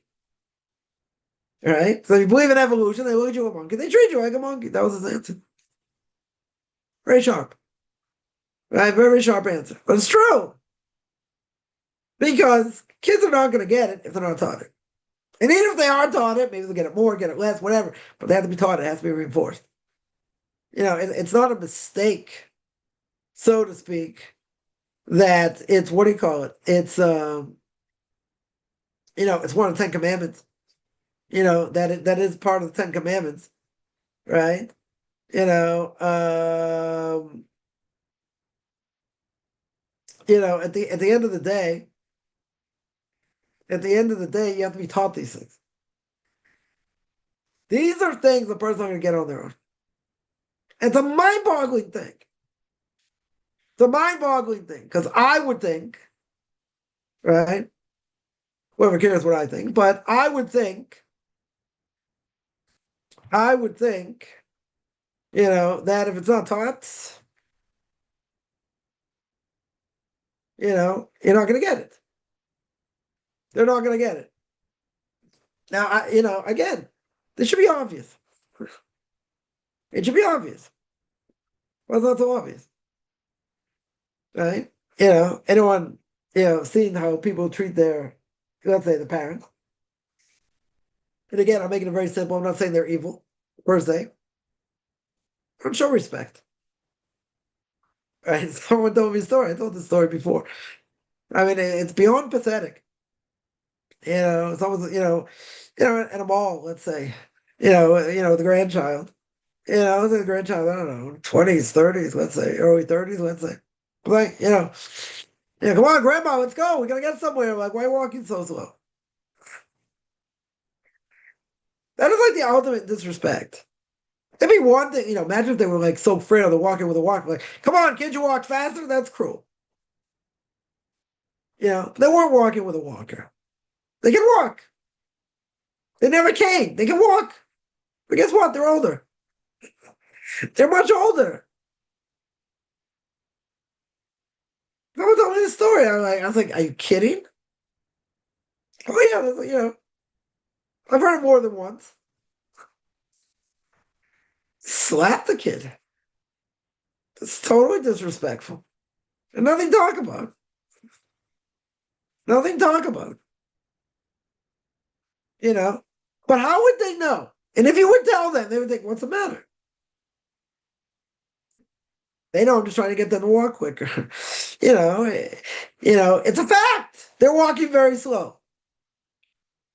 Well, don't you think they're like 75 years old? 80 years old? Don't you think they're going to walk slower because they're old? I mean, some people are in much better shape. They can keep up. It's not a problem. But what's going to say? And if you were to bring that up, people would laugh at you. People would absolutely laugh. Like, what are you talking about? Right? It's not a sign of disrespect. Like, come on, they know what we meant. Yeah, it's disrespectful. Disrespectful. So if you're not taught that, it's not ingrained in your head, how would you know it? How in the world would you know it? You wouldn't.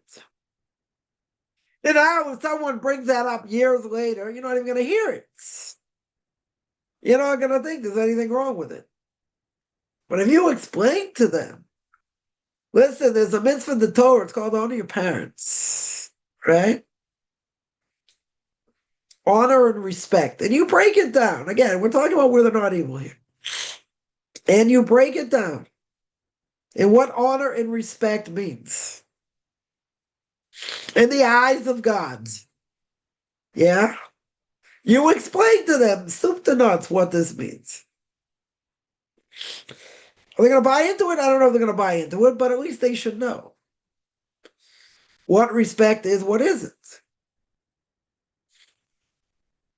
You know, you don't contradict the parents.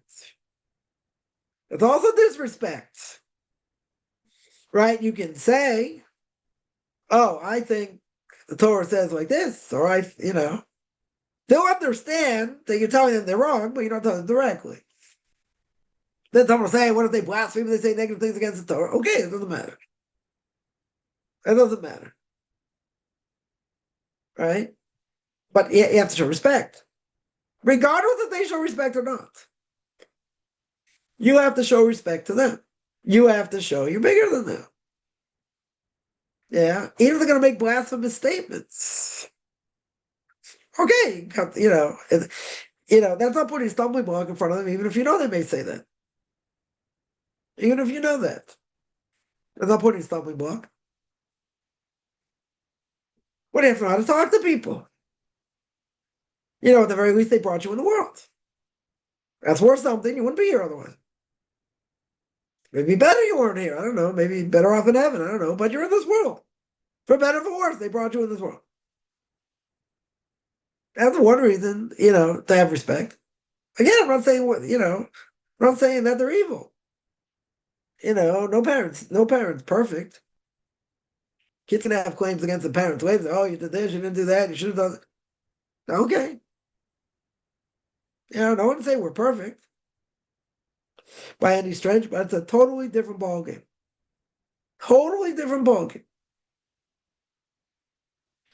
Respect has gone out the window long time ago. Long time ago. They people tell the parents off. People say all kinds of things. You have kids that don't have a connection to their parents. God forbid they cut themselves off, and you have parents that disconnect from their kids. Yeah, both ways. What about the parent completely disrespects the child? Okay. Again, I'm not saying I wasn't talking about a case where they're evil, but if they are evil, so honoring them, you don't have to. In other words, if they would walk into a room and they were, let's say bad parents, do I have to stand up for them when they walk in the room? No. Be exemplary if you could, but you wouldn't be obligated. You wouldn't be obligated. But if they disrespect you, let's call a spade a spade. They disrespect you. Let's say, and conflict can come in many different forms. But let's say it comes, someone's religious. The kid is religious. And the parents disparage them. Say, I don't care about God, and I would rip this book to shreds, and I think you believe what you believe is a bunch of garbage and whatever, and whatever. They say all these negative things. Yeah? They totally disrespect you. Are you allowed to disrespect them back? Two wrongs make a right? Never. Never. Is what they're doing, is it right? No. They're speaking Lashon Hara, probably worse than that, and blaspheming and other things and belittling. Yeah, all these things are wrong. All these things are wrong. But why does that give the right for a person, for a child, to disrespect the parents? Just because, if the parents do things that are wrong, let's say, and they're seriously wrong. Yeah. Yeah, if they're seriously wrong, what gives the child the right to disrespect the parents back? What would be the simple answer? They don't have a right to do it to me, which is true. No one's arguing. They have no right to do that or say that, right? Or embarrass you in public because they embarrass you in public. Yeah. The Gemara tells stories of some things that, parents did to their kids, which is very hard to honor them. Very, very hard. Rabbi Yochanan himself said he's glad he didn't have parents, so he didn't have this problem. The mother died shortly after she gave birth. His father died before he was born. So he said, I was happy. I didn't have this aspect of honoring parents because I never would have been able to do it properly. But I mean, there were stories, where the rabbi's mother got very angry, took his purse, threw it in the river. Like all the things he had, personal things that are gone. Takes a lot of stamina, not to say anything, and not to get angry, and not to yell and scream it down. Yeah, it's very hard mitzvah to do. Probably one of the hardest mitzvahs to do properly. Now, if they do that to you, it's wrong. Whatever they do, let's say whatever they do, it doesn't matter. Whatever they do is wrong. Yeah? At the same time, does that give you the right to disrespect it? Now, if I didn't know anything about Torah, what would I say? I say what's good for the goose, it's good for the gander. What's the problem? Oh, you're going to disrespect me? I'm going to let you have it. Yeah? I'm also going to say things against you. What's the problem? Right? That should be permissible. Oh, it comes on Torah says, no. Right? Doesn't give you the right to do that. You may feel justified. A person may feel it's the right thing to do, makes them feel better. Why is that not transgression? If they did it to you and disrespected, it's wrong. Yeah. If a person goes back and does that to them, why is that right? They're not allowed to do it. That's clear. And no person can do it to anybody. Should never do it to anybody, especially a parent. Well, let's say to anybody, you disrespect someone. Is that good? No. The person says, oh, you disrespected me, I'm going to disrespect you. Isn't that taking revenge? Isn't that bearing a grudge? You're going to say, but what they did is painful. You're right. Not arguing that. What if a parent would say, you know what? I don't care what you have to say. What you have to say doesn't matter. Keep what you think to yourself. I don't want to hear it. I don't want to hear any of these things you say about religion or you say about this or whatever. And they crush you into the ground. What's the best answer? What's the best answer in that situation? The best answer in that situation is being quiet. That's the best answer. Because whatever you're going to say, you're going to get slammed. You are going to get slammed. And what that's going to do is going to get you angry. And get you more angry, and then you're going to say things you're going to regret. Right? Let's keep in mind, if what they said is wrong. We're not going to deny what they said is wrong. Even if what they said is wrong doesn't give you the right to answer back. You can say, well, the Torah says like this, and the rabbi says that, so I don't care about the rabbi, I don't care about the Torah, blah, blah, blah, blah, blah. You still have to be respectful. Well, why do you have to go according to the least common denominator? They're yelling at you, so I'm going to yell back. They're saying this epithet, you're going to say this epithet against them. Tit for tat. Now you can argue. You can argue and say, I have a right to say it. Because of what they said and how they made me feel. Now, let's take the anger, let's take the shame out of this, which is going to be hard to do. But let's take it out. Now, they said something, your blood is boiling. And you want to answer them, but you know that if you answer them, they're going to slam you back more. Maybe say worse things. So is there a point to answer? No. Probably there's not a point to answer. Sometimes you might have to say something. It could make it worse. someone once made a comment to me, and I was like, come on, like, this is like totally disrespectful in general. Now, to get out of the problem, they say, oh, no, oh, you got offended? They could say, well, maybe you're too sensitive. Could be. I mean, it's right. It just gets them out of the problem. Or they could say, no, I was just kidding. Yeah, don't worry about it. I was just kidding. They see you're upset. They say, oh, no, I was just kidding. No, but they meant it. Right? Well, the question is how a person's going to react. Now, you got to be careful here. You got to be very careful. Because let's say a parent or sibling, would say, I don't give a rat's tail what you have to say, get off your soapbox. Leave that for, whatever. I don't need to hear that. They put you down. Right? So, sibling would say, even without Torah, we can quote this. I don't know if they want to quote it, but I'll quote it anyway. Right? And that is, two wrongs don't make it right. Because they did it tit for tat. You're going to do that? You rip roaring mad. Right? And I'm sure people have heard, this person's never going to call you, never going to this, never going to that. You have to be the bigger person. Why do I have to be the bigger person? Because you know better. Now, that's actually a big compliment. Why? Because they know the other person doesn't know better. And that's the way they are, whatever, and there's a lot of negativity, very good. But they say you know better. So go against your evil inclination. They're not saying this, but this is what it means.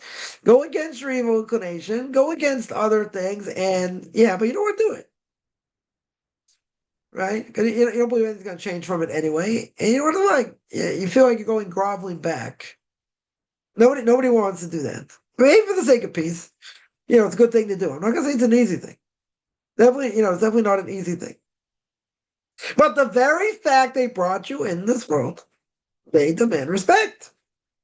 Right? Now, again, if they're doing terrible things, it doesn't mean I have to honor them. Right? But it certainly doesn't mean I can embarrass them in public either. Right? I've seen that also. Who gives you the right to embarrass them and say negative things? Right? That's the evil inclination. The evil inclination is going to tell you they deserve it. And they deserve to be hammered. Right? I'm not denying that. Yeah. But there's another thing that we're not even thinking about. The other thing is, if you look what the Chosavova says, and you see the bigger picture, so God's using them to get to you. God's using them as a stick, so why are you getting upset at them? God's using them to get to you, but what they say is offensive. Good? And what they said is very negative. Good? So they're giving you an opportunity to work on patience. They're giving you a golden opportunity. Person should, give them a big hug and say, I just want to thank you, working on all my character traits, all my anger things. I said, I'm working on it. He said, you gave me a golden opportunity to work on it, not get angry. I want to thank you for that. Because anger is compared to idolatry. I want to thank you for that. Why do I laugh? Because most people won't be able to do it. Most people, are going to start yelling and screaming, saying, who do you think you are? You have this right to say this, blah, blah, blah. I'm your mother. I'm your father. You have to listen to me. Right? So they're being abusive in that sense. You don't have to stand up for them. I mean, you have to necessarily take the abuse, but, if they say a lot of negative things, you still can't disrespect them. Right? You might not have an obligation to honor them. That will agree. That will agree. You won't have any obligation. Right? At the same time, two wrongs don't make it right because they disrespected you. You got to disrespect them back. Tit for tat. But you're going to say they deserved it. What they say was mean. Right. 100%. They just took a sledgehammer. Very good. They took a sledgehammer. And you have the right to tell them off. I was in a situation a couple of years ago. I walked into a room. Right? And I started screaming at him. I walked in the room. I didn't say anything. Nothing. Even for me, I didn't say anything. Got hammered. Hammered! Throw 90 years old at the time. 92, 93. I mean, no longer in this world. Yeah. Now again, I understood where it came from. I was expecting it. So it wasn't shocking, right? But, it came out of love. Definitely came out of love. They felt bad. I couldn't hug them, whatever. Right? Right? And then I went on this whole tirade. This whole tirade. Afterwards. In front of other people. So it's like, come on, Bobby, calm down. Like, I'm not going to go, whatever. I took it in stride. No point to get angry. Right? But this person at least had spunk. At least was alive. Everyone else brain dead. That was actually enjoyable, right? In a certain way. Yeah. Could I have told them off easily? Yes. Would I have been justified? Maybe. Maybe. Right? Maybe most people would agree I would be justified. Okay. I'll make it right. Doesn't make it right. By any stretch. Is it a hard thing to go through? Yeah. It's a hard thing to go through. But I was prepared for that. And I looked at them, knowing where they're coming from and this and that. And all the other things together with it. What do they call it? Water off a duck's back. Then you moved on. I said, you done? I said, you finished? Well, it's so good to see you. Thank you very much. Are you done? So people sit there like their mouths were like wide open. I'm like, don't worry, I deal with this all the time. Like, come on, this is nothing. It's like child's play in a certain way. Right? Can I have answered them easily? Yes. I told them off, like, come on, I came 6,000 miles to see you, and this is how you treat me. A lot of things could have been said. Right? Whatever, you take it in stride. You say, well, it wasn't a parent. Okay. It wasn't a sibling. Granted. You know what? Today it doesn't matter. Doesn't matter. Because I care less what people are going to say. Like I told someone, certain situation. I said, just say you don't want to be inconvenienced. Just tell me. It wasn't about Torah mitzvahs. It was a certain thing. You don't want to be inconvenienced. Yeah. Well, the burden's going to be on me and blah, blah. Yeah, but you don't want to be inconvenienced. You want to live your life and like this person just, deal with it in their own. It's what people want. They want to deal with hardship. They don't want to be bothered with something they can't be bothered by. It's a very sad situation. Where looks at a parent only waiting for them to die. They don't have a connection to them because of what the parent has done. I can hear that to a point. To a point. Yeah, as long as they're not evil, you do whatever you can to take care of them. Unless it's been abusive or other things. But it comes down to the point where if they don't have money to take care of themselves, all things being equal, you have to take care of them. What if you don't have money? You have to go borrow money. What if they're evil? Good question. Does it go that far? Maybe it does. Even if they're evil. You may have to help them. Okay. But this doesn't get the right to tell them off, even if you think it's even if we would all agree. We'll all be, totally open-minded here. Right? Even if we would all agree what the person said was nasty, below the belt, and this and that, they deserve to be told off. Yes. Everybody agrees. I give you the right to do it. Why isn't that taking revenge? Why isn't that bearing a grudge? I'm not saying it's not painful. It's painful. But it doesn't change anything. Right? That doesn't change anything. Parents do the best of what they know. See, this is a problem. This is a problem because, it's an easy way out in a certain way. The reason is if you understand they were never given the tools.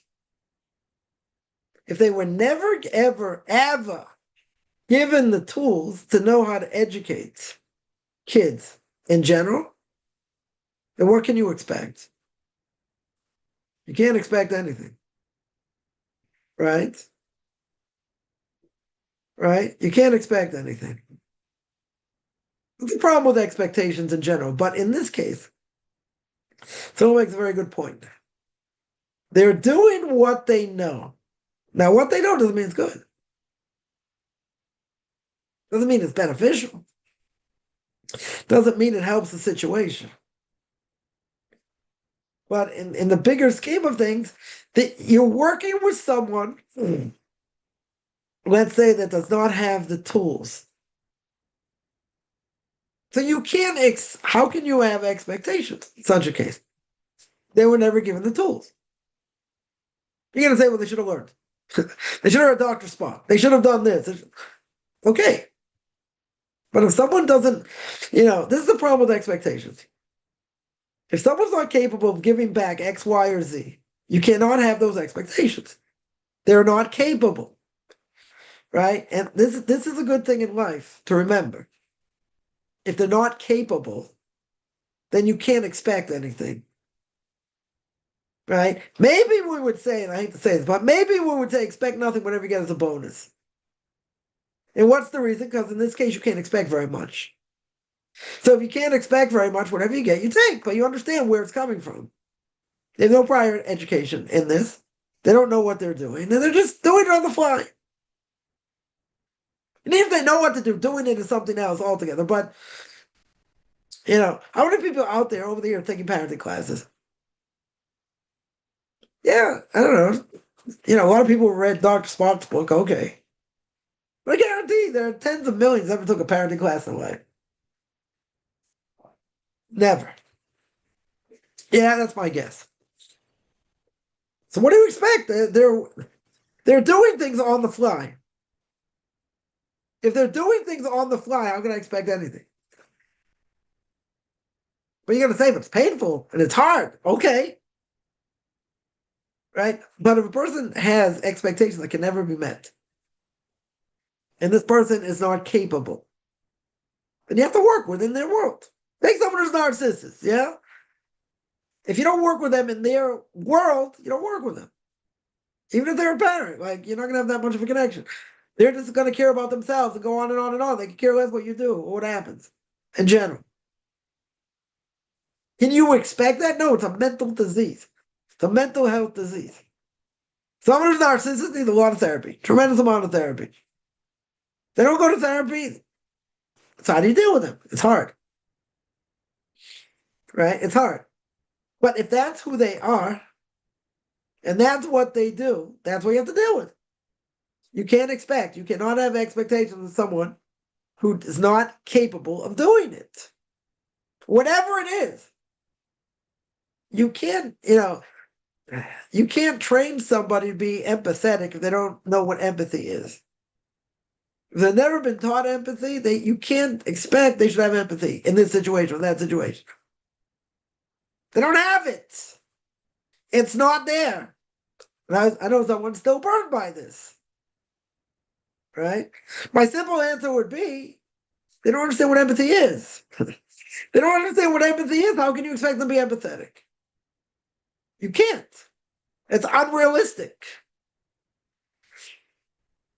Can you expect, well, I have to make a big difference over here. You expect someone, that has MS, run a marathon. Really? You expect them to run a marathon? Seriously? No, someone will push them along the way. When I used to be in the Boston Marathon, someone had a child in a wheelchair. I don't know if they had MS, I don't know exactly what they had. But every year, he would push this child in the wheelchair 26 miles. Good luck. Yeah? Okay. Can you expect that child to get up and run a marathon? No. Never. Could you expect it? Not a million years. Unless it's a miracle. It'll never happen. You want to have unrealistic expectations? Okay. You can have unrealistic expectations. But having unrealistic expectations will get you angry, get you aggravated, probably get you depressed also. right? Why are they doing this? Why can't they, why can't they think like this and like this? Because there's something wrong up here. And they don't want to get it fixed. They don't think there's a problem. You can't even bring it up as a problem. They'll never see it. They may say, this is who I am, and deal with it. Oh, you think you're better? You think you know more? You think this? Look what I did when I was younger, and blah, blah. Forget it. There's nobody home. If there's nobody home, you have to play on their terms. Expectations go out the window. Right? They go out the window. So you're playing on a different ball field. Totally different ball field. All right, somebody asks, but does that parent need to be spoken to harshly to get them to stop abusing the child? And what if it pains the child to have to be the one to do so? Huh. And it doesn't feel good to harm the one you love. Okay, good questions. The child can speak up 100%. Child doesn't have to be in that situation. But sometimes what happens depends on the age of the child. Sometimes what happens is the child blames himself. Child says, well, if I would only be better like this or like that, my father, my mother, whatever, they wouldn't do this, that, or the other thing. Right? And they come to realize, later that it really had nothing to do with them. Really, the parent was messed up in different ways. Right? So the child is the child going to be able to speak to the parent? You have to remember, child's a child. Child could be 60 years old, they're still a child. Parents still going to look at them as a child. But, if the child's younger, the parent, say you're a kid, like, what do you know? You don't know how life works. They can totally, push you off. That child may have to speak to somebody, and that person somehow will have to get help and have, speak to the parents. But yeah, the parents should be spoken to. Doesn't mean they're allowed to abuse their kids, right? Especially if a kid comes forward. Sometimes the kid never comes forward. It's another problem. Kids are too afraid, right? Because what are the repercussions? What are the repercussions? So if it's done through someone else, if they're able to speak to someone, with someone else, others can intervene, it's certainly better. So that would be my first answer. Whatever it pains the child, they have to be the one to do so. Again, even the child has to do it. I don't know if so much is going to come out of it. The child can say, listen, I might have done this, but it didn't warrant, what you did.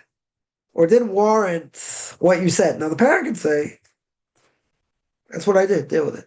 Like, the parent can just totally blow them off. So, I'm not saying the child can't come forward and try to have this discussion. It depends where the parents are holding. Depends how bad it is. If the parent, is open to listening and whatever, child says, listen, like, why'd you take it this far?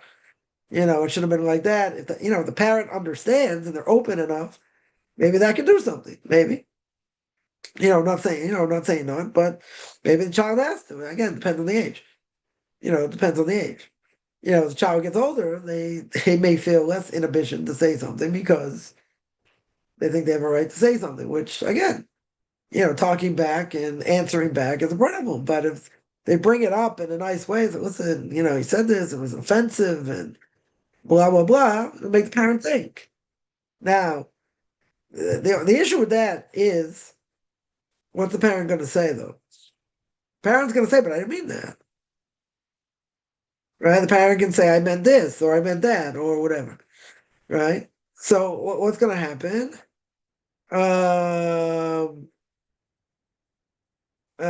What happened? What happened? The child feels this happened. But you don't feel like it happened. Now, the parent in this case has to be the bigger person. And even though they believe 100% they're right, and let's say they are, the child is not seeing it that way. So if the child does not see it that way, the parent themselves have to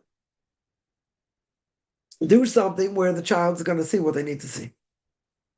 The child says, I feel this, that, and the other things. Why? The worst thing a parent can do is say, you don't have a right to feel that way. Totally destroy them. What do you mean I don't have a right? This is what they feel. You may feel, I didn't do that. I never said that like that. Or, I'm not saying you made a mistake. Yeah, but you yourself, all three of you, yeah, you yourself think you didn't do anything wrong. The child's taking it out of proportion. Now, it could be that could be, but what's the problem? What's the issue? The issue is this is what the child feels. So the parents has to be the bigger person and rectify the situation so the child doesn't feel that. Third question, it doesn't feel good to harm the one you love. Okay. But abusers love harming others. Okay. It's a problem. There are people who don't care. They don't care if they destroy their kids. There are people like that. Yeah, I'm not gonna say it's right, but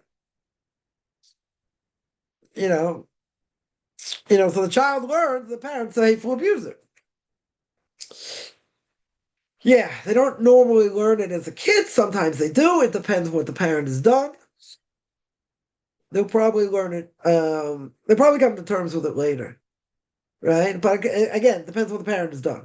The parent has done like some horrific things. Child's gonna learn it at a very young age, and the processing is gonna be very hard.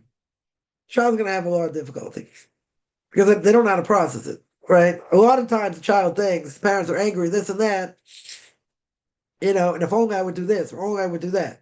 They don't see the nature of what's going on. Well, they only realize later. And I read a number of stories like this where kids, felt the pressure, and one of the parents got like really angry, and like all the time they're walking on eggshells, but they always thought, if I did this better, I did that better, I did the other thing better, but they didn't realize it was a mental health issue. They didn't realize, till later, it had nothing to do with them. That's already where the healing process can start. But I'm saying it's not going to unravel everything. It's still going to be a lot of pain. It's going to be a lot of raw feelings there. Different things that the parent did. But at the same time, what happens? What happens? They realize at some point it's not from them. Right? That's part of the healing process. Right? I'm not going to say across the board. Right? But, if a person realizes, let's say you find out years later, parent, let's say, is narcissist, and that's the way they've been, since they were growing up. That makes a lot of things understandable. Does it take away the pain? I wish it would. Yeah. I can't say it's going to take away all the pain, but I think it's part of it. Imagine if you find out later your parent was a crackhead. Well, you probably knew that when you were younger. Okay, so they're not in the right minds.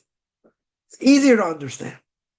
But again, so the problem is that if this person, got abused that way, then very likely, if they don't get help or work on themselves, they're going to fall in the same pattern. They're going to fall in the exact same pattern. Right? So that's a hard thing. Because kids always say, in general, certain things, I'll never do what my parents did. Right? I'll never do what my parents did. Yeah. And what happens? Sometimes they repeat what the parents did. Yeah. So, in that case, can the child be scarred? Sure. Even from a very young age. I'm saying even later, it doesn't unravel all the things. Right? How it would. But, if a child had all these negative experiences, and, even if later, even if they got out, but they realized the parents were totally messed up. Parents were totally messed up. Yeah. In a certain way, it makes it easier to deal with, I would think. Because they realize they're totally messed up. But the pain, the damage is done. But even if they know that, it doesn't, again, how it would.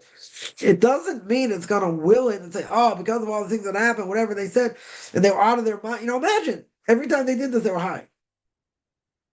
They were on drugs or on alcohol, whatever. And all these things happened exactly the same time when they were under the influence. And that has nothing to do with you. And whatever they said doesn't matter because they weren't there. Right? That's easy to understand. What's a mental health issue? It's the same thing. They weren't there. Right? But what's the argument anyone's going to make? And a person would need therapy for this. But what's the argument? The argument very simply is that, but the damage is done.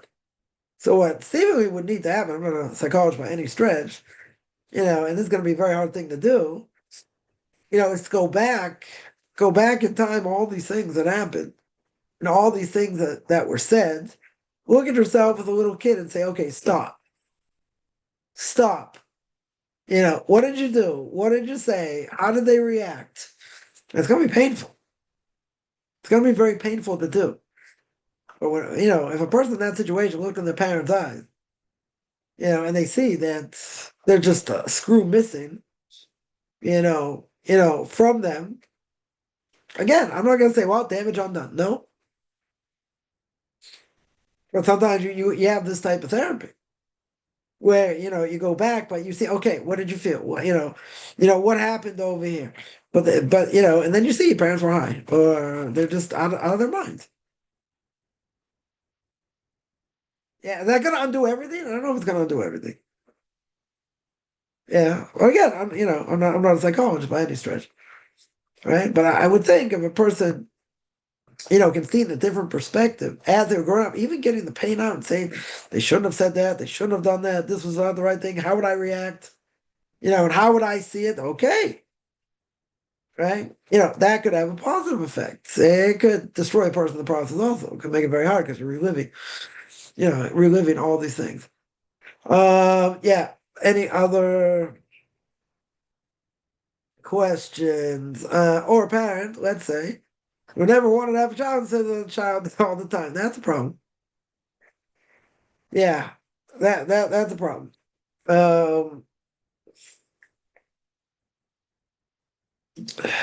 That the parent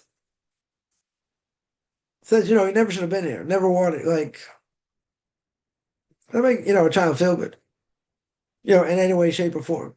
Any child wants to have a connection with parents, usually, and that's the most cherished connection. But if that's been severed, the parent doesn't act like a parent. The parent says these things that are just off the charts, right? I'll say, well, you never should have been in this world, this and that.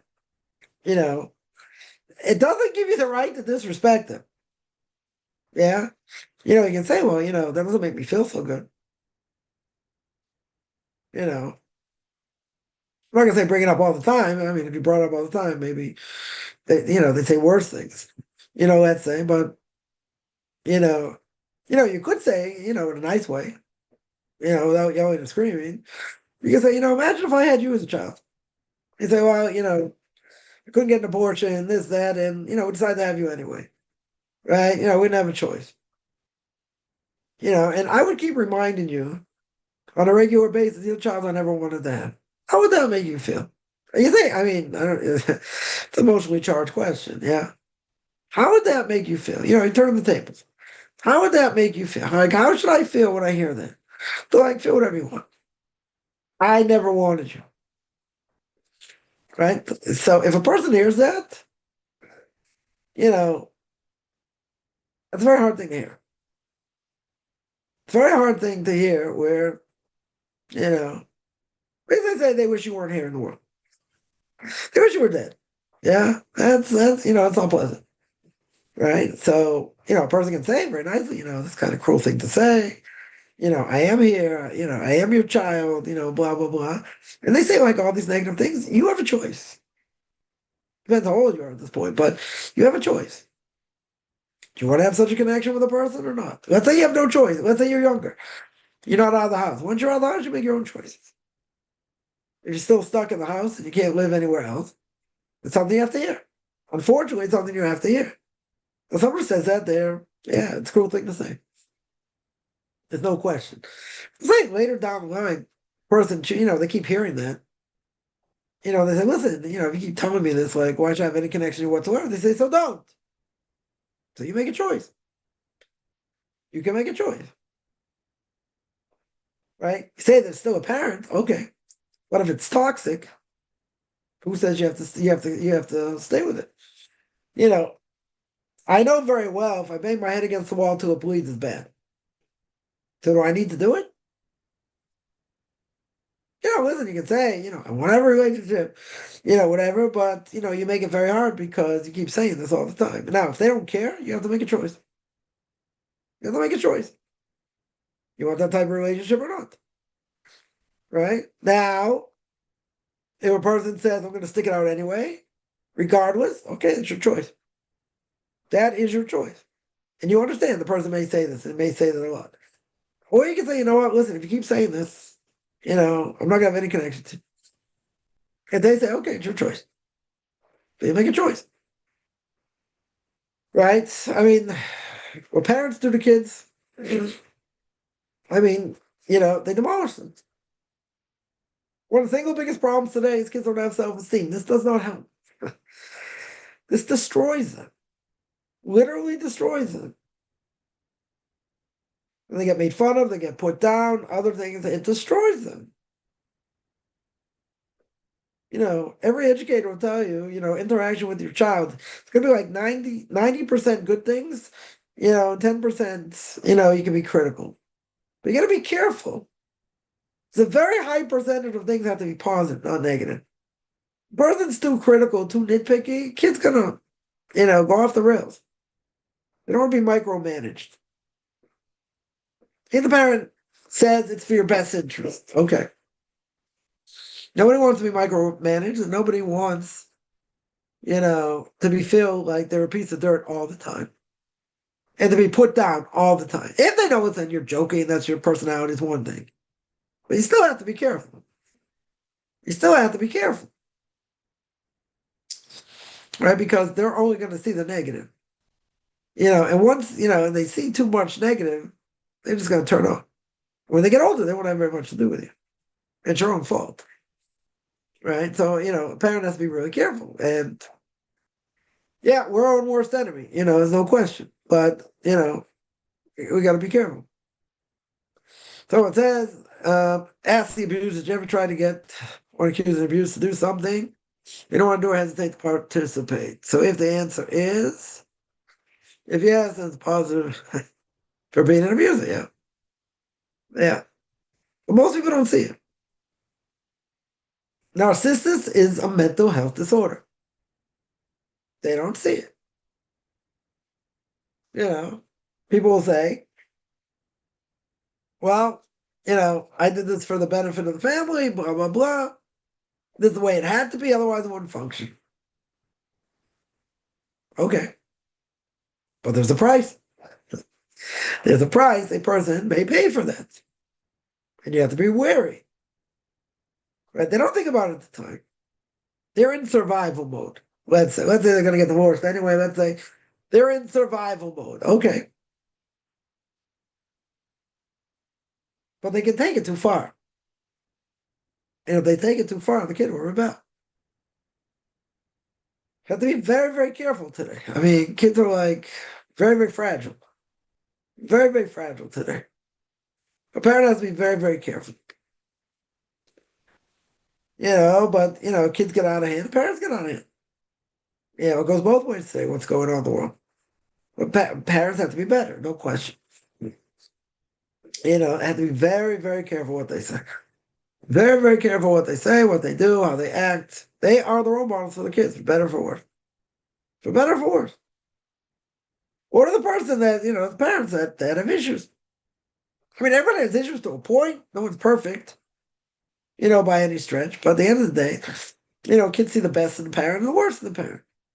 But it's something you have to work at. Even if you're tired, even if life is hard, even, kids don't deserve the brunt of the, what's it, the anger, the difficulty the parents are going through, the kids don't deserve. Right? So a parent has to be a parent. And it's not easy. All things being equal. It's not easy. Either way. Right? But, if a kid understands relatively young age, there's something wrong here, okay. then there's time for intervention and then get the right help because they see it's not their fault. And that's the most important thing. The kid has to see it's not their fault. Right? It's easy to pass the buck. Oh, it's the parents' fault. Yeah, but if it is, let's say it's the parents' fault. No, the parents have to do something change. If they're not going to do something change, kids have to get help. Right? So, of course, they have to see the right way. They have to see what the parents are doing. Now, the question is, what can they do to change it? Okay, it's a different issue. Right? I don't know if if there's someone who's narcissistic or abusive in this case, can't change unless they want to change. And most likely, they don't see the problem. They don't see the problem. But again, someone will say, I had to do this. Now, you can argue. They didn't have to be that rigid, didn't have to be like this, didn't have to be like that. But they can say, you don't know what's going through, you don't know this, you're not going to get anywhere. You're only putting the person right on the defense. So again, I can understand, later in life, a kid could say, I don't have anything to do with the parent. And I can understand that a parent would not want to have anything to do with their kid. It's sad. Now, I'm not saying where one parent plays off the other parent for getting divorced. Not even talking about that. Just saying because of things that were said and done. Yeah, and one side just says, okay, I'm done. I'm not, I don't need this anymore. Yeah. You're gonna act like this, forget it. I've seen it both ways. Someone told me this years ago, many, many years ago, about a child disowned a parent. Right? I was like shocked in a certain way. Whatever. The more I've learned, the more I've seen, not so shocking. It's very sad. It's very sad a parent would have nothing to do with their kid. Again, depends on a lot of different things. Depends what's going on. It's very specific. Yeah. But I can understand, where potentially it can come from. And hopefully it never comes to that. But, person, let's say, raises a child and then something happens, they go off the rails or whatever. You sit there and watch it. You have no connection. It's very hard. On the other hand, parents do certain things. The child can say, like, come on. I've seen it both ways. Definitely go both ways. Yeah. Any other questions?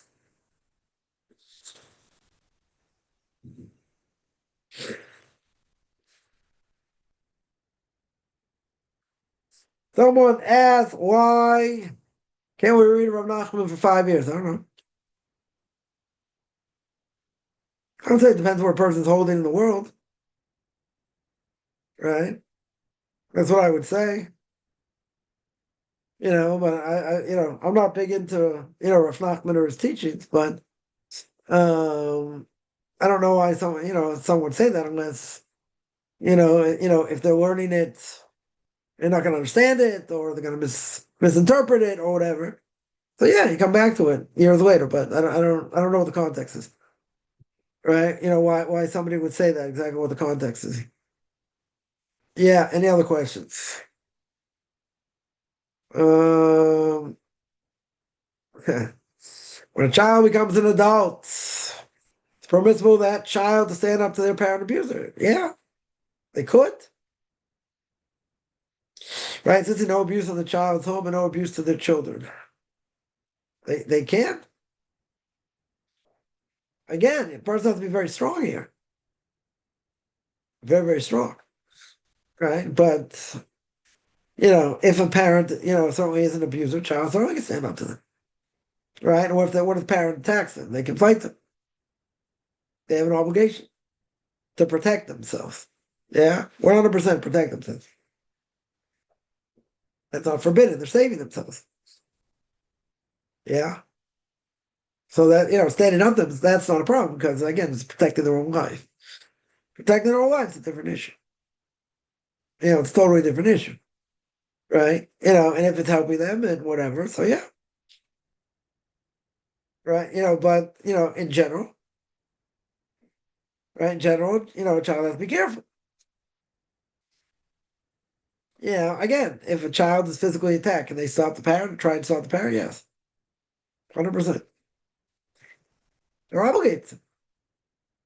There's no honoring over here. There's totally no honoring over here. How about when the siblings insisted on continuing the abuse? That's another problem. Yeah, can they reject all contact? 100%. Yeah, what's the reason? It's bad. Who says you have to be in an abusive relationship? Either with a parent, a spouse, God forbid, or siblings. Siblings are, they're abusing the child can get out. Why not? Should absolutely get out. They can. No question. Right? Would I say that they shouldn't have any contact? Depends. If it's toxic and abusive, yes. And there's no point.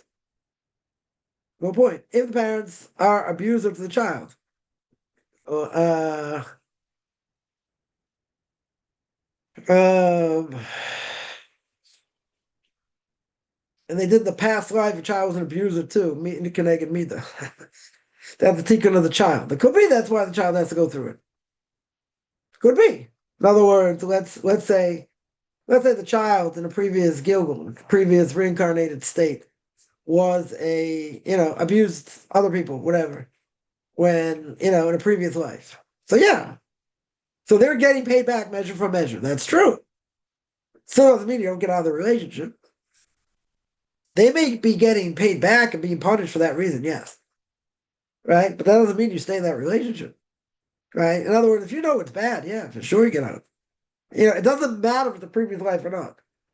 It could be true. That's why they're going through it. No question. But that doesn't matter in the present situation. The present situation, you can run away if you can. Now the abusive siblings insist on access to their targets. No, so they can't have access. If it's going to be abusive, then the person has to do whatever they can to stop it. If possible. No matter what the siblings want. If this child's being abused psychologically or whatever, yeah, then it doesn't matter. It doesn't matter what the siblings want. You just stop it. You try and stop it the best of your ability. Right? There are cases very hard. Cases are very hard. Right? But in general, you stop it.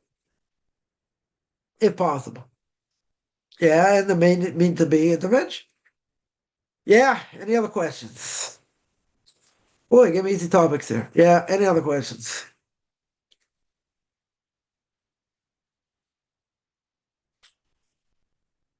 Give everyone a blessing. No one should have to go through this. Anything. If they have kids and difficulty and whatever, and child rearing is a very hard thing. Right? It's a very, very, very hard thing. And again, a lot of parents, will cut them a little bit of slack, a little bit. But you got a lot of parents out there, they have no idea what they're doing, whatsoever. They have no idea, and they cause a lot of problems. A lot of problems for the kids. Some are like way too permissive, some are way too strict, some are, anything in between, but they don't know what they're doing. They can cause serious problems. That can affect the person throughout their lives. The main education is going to come from the parents. It's going to come from the family structure. That's where it's going to come from, for better or for worse. That's where it's going to come from. Right? I mean, you could have bad influences in school and other places, okay, but the main education is going to come from them. So if they don't know what they're doing and they give mixed signals and different things, what are the kids going to do? What are they going to take from that? They'll have claims later. Probably. We were younger, should have done this. They may have good claims, may not have good claims. That's why every decision a parent makes, you got to be careful because there are far-reaching repercussions, tremendous repercussions. Yeah. Any other questions?